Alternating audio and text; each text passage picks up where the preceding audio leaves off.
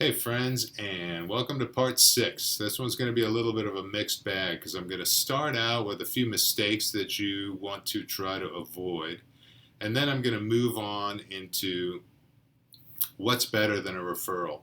Not only am I going to tell you what it is, but I'm actually going to tell you how I recommend going about it. So I have my handy dandy cheat sheet. I will be referring to it plenty so that I make sure that I stay on track. So, mistakes to avoid. I got 4 of them for you. Number 1, putting your focus on finding new customers so much that it's at the expense of your existing customers. In strictly selfish terms, if you've got a goose that's laying golden eggs, squeeze out every golden egg you can from that goose before you try to find another one. That is a very selfish way of looking at it, but let me give it to you in some more real terms. That person, your existing customer, already trusts you.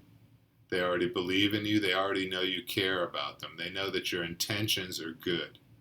And when you're selling whatever it is you're selling, you're doing it with the right heart, with the right frame of mind.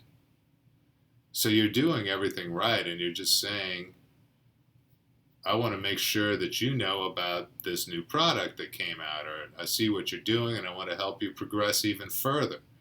And so there's more. In a lot of businesses, they call it upselling. It's a lot easier to do that. So there's no reason not to. So don't neglect your existing customers. Plus, they need to know that you didn't just sell them something and now you've forgotten all about them. That's important. Maintain that relationship for a variety of reasons, in other words. Okay, next thing is when your communications are self-serving. Quick example of that is your new friend says, my daughter just learned how to ride a bike over the weekend. And you say, oh, my daughter learned how to ride a bike. She was only 4 and blah, blah, blah, blah, blah, blah, blah. Wrong. There may be a time to share that, but right now you say, awesome. How old is she? Don't ask if she's wearing a helmet because you're going to have an opinion and they're going to be defensive, or maybe not. I don't know. But do you have an area where she can ride? Are you letting her ride by herself? Because I get a little weird about my daughter riding by herself, et cetera, et cetera. But just talk about it and keep asking questions about it. You're learning about the family. So that's a little more focused on the person. Okay. Now, instead of asking for referrals, and here's the big secret, ask for introductions. The rest of this video that I'm going to get to in a minute is about how to ask for introductions. Forget about referrals. Let me tell you something. A Super Bowl commercial is usually pretty great. A referral is better. What's better than a referral? An introduction, and that's why we're going to talk about it. Last point, though, when it comes to mistakes to avoid, is failing to follow up like a pro. If you know what I'm talking about, then I know you watched the last video. So that's what I'm going to say is don't fail to follow up like a pro. You don't get it almost all the way there and then drop the ball. Okay. Now, let's move right into how to ask for an introduction. You're talking to someone, and some people get really messed up in the head when it comes to asking for referrals, and I'm going to talk about that a little bit, but there is a time in many conversations where it is appropriate to ask for a referral. Instead, you're going to ask for an introduction, and here's how you're going to do it. You say, I would be honored to help your friends and your family too. Is there anyone you know whom you think might benefit from XYZ? Yes, no, whatever. If they say no, then something didn't go quite right. If they say, yeah, great. Would you mind introducing them to me? Either email, text, Facebook message, whatever's easiest for you. That's it. Simple. So, I would be honored to help a family member or a friend in the same way that I'm helping you with this. Do you know anybody who you think might benefit from it? Yes or no? Yeah, my sister-in-law, something. Great. Would you mind introducing me to her? Whatever's easiest for you, whether it's text or email or... Okay, so you want to get a 3-way conversation going, in other words. Okay, that's how to ask for it. Next, how are you going to follow up on that introduction? And I'm kind of going to jump back and forth a little bit here. How are you going to follow up? Number one, you thank the introducer, the person who introduced you, and you greet the new prospect. Hey, nice to meet you. Seems obvious, but don't forget to do it. Okay. Now, friend, if we're talking about Facebook, because I stay with Facebook because I think it's such a great resource for all this stuff. So you're going to want to friend the new prospect and tell them, hey, I'm friending you. I'm assuming you're going to accept my request. Okay. If you're using a CRM, you should also add them, or however it is that you handle your contact management, add them in as a new contact that you have made. So add them in to whatever, all right, and then connect with them one-on-one. So let's see here. I want to look at my sheet here.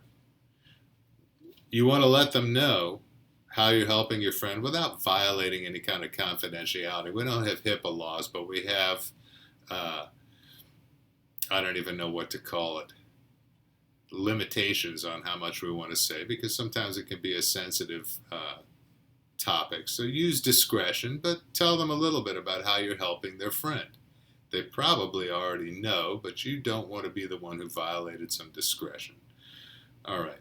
And start asking them questions. What questions should you ask? Well, you've got that list that we talked about in the previous video. I think it was the last one. Start asking them different questions. If we're using the example of losing weight, you're a weight loss coach. So you're going to ask them, what are your goals? Are you doing this for a wedding, or are you just trying to do it to get healthy? Is there a time frame that you're looking to do this in? What are your dietary habits right now? And that's a very vague question. You want to ask them maybe some very specific questions about their diet. Same with exercise, etc., etc. So that's what I mean by asking them questions. Okay, and based on that, you're going to be able to make a determination of how you're best able to help them. Measure their motivation. Let me tell you what I mean by measuring their motivation. You got the one person who's going to say to you, this is great, I'm so glad we met, I'm excited to get started. Great, you can get them right into a presentation or schedule one right now. You got the next one who's going to say to you, man, I really am glad that we met.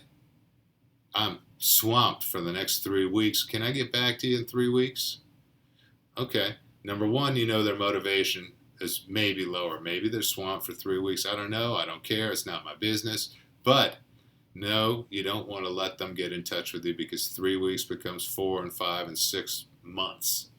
So you say, listen, I don't want this to be a burden to you at all. I'll make a note in my calendar. I'll reach out to you again in 3 weeks. We'll go from there. You good with that? Cool. We talked in the last video about following up like a pro. You're keeping a promise. You got to actually reach out to them in 3 weeks. That matters.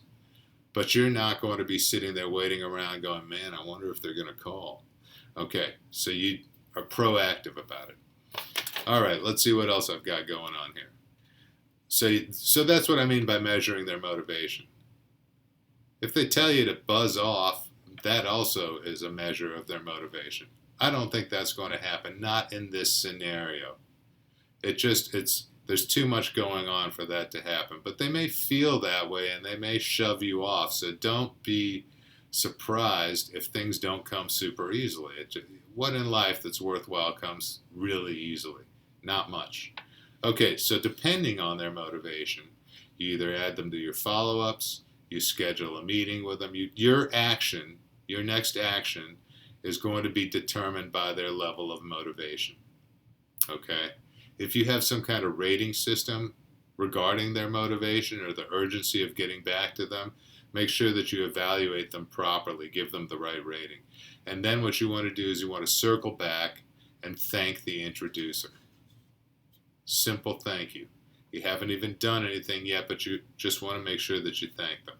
So let me break this down into 12 steps. This is not a 12-step program. It's a 12-step process. So step number one, you're going to provide service. You're going to try to make somebody's day. We know about this because I've talked about it a lot. You know what I mean by making somebody's day.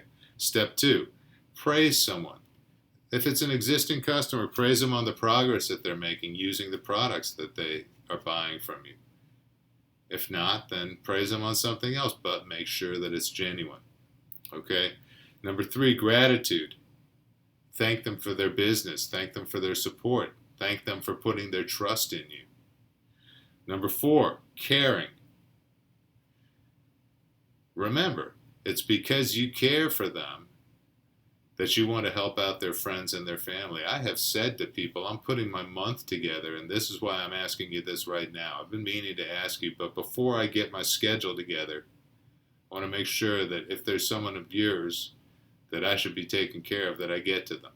Does it sound cheesy or corny or whatever? I don't care. I'm very sincere when I say it, and nobody laughs at me. I get varied results, but I'll say it. I am not afraid to say it. Okay. Ask who they know. Be specific. Can you think of somebody who, whatever? You know what to ask. You know what it is that you do. I don't. This is kind of a generic sales type of thing. But you know what business you're in. Number 6, ask for the introduction. And make sure that you tell them it's going to be whatever's easiest for you. Email, Facebook Messenger, phone call, whatever. Whatever's easy for you. That's what I want to do. I would appreciate it. Okay? Number 7, reply to the introduction by thanking your current customer and greeting your new prospect. Seems obvious. Don't forget to do it. Number 8, capture the new relationship. What do I mean by that? I said it before. Add them to your contacts. Friend them on Facebook. If you have a CRM of some, just add them in as a new contact. All right? So that was number 8. Number 9, uncover needs.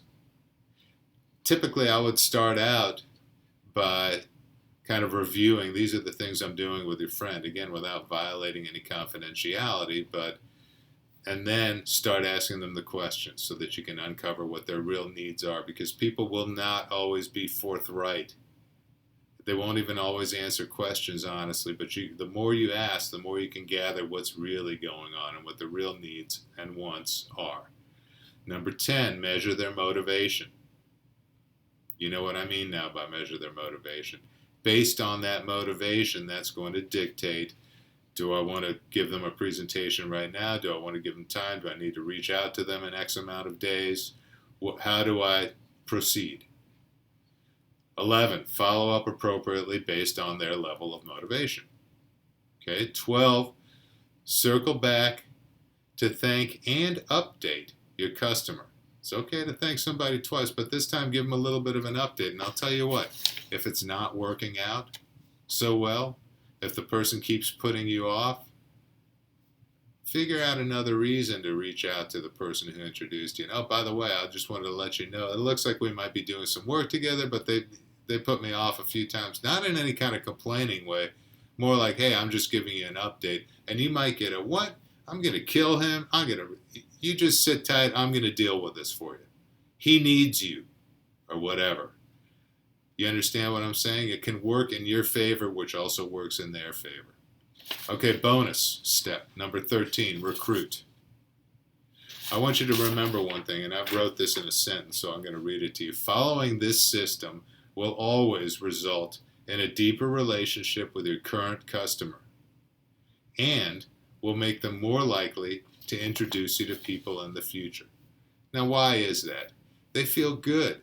They help 2 people out, 2 friends of theirs. You're one of them and their friend whom you're helping. What does that mean? It means they're probably going to try to do it again in the future. It made them feel good. So that's all I got for you. That's the end of this video. I hope you liked it, and more importantly, I hope it's helpful to you. Have a great day.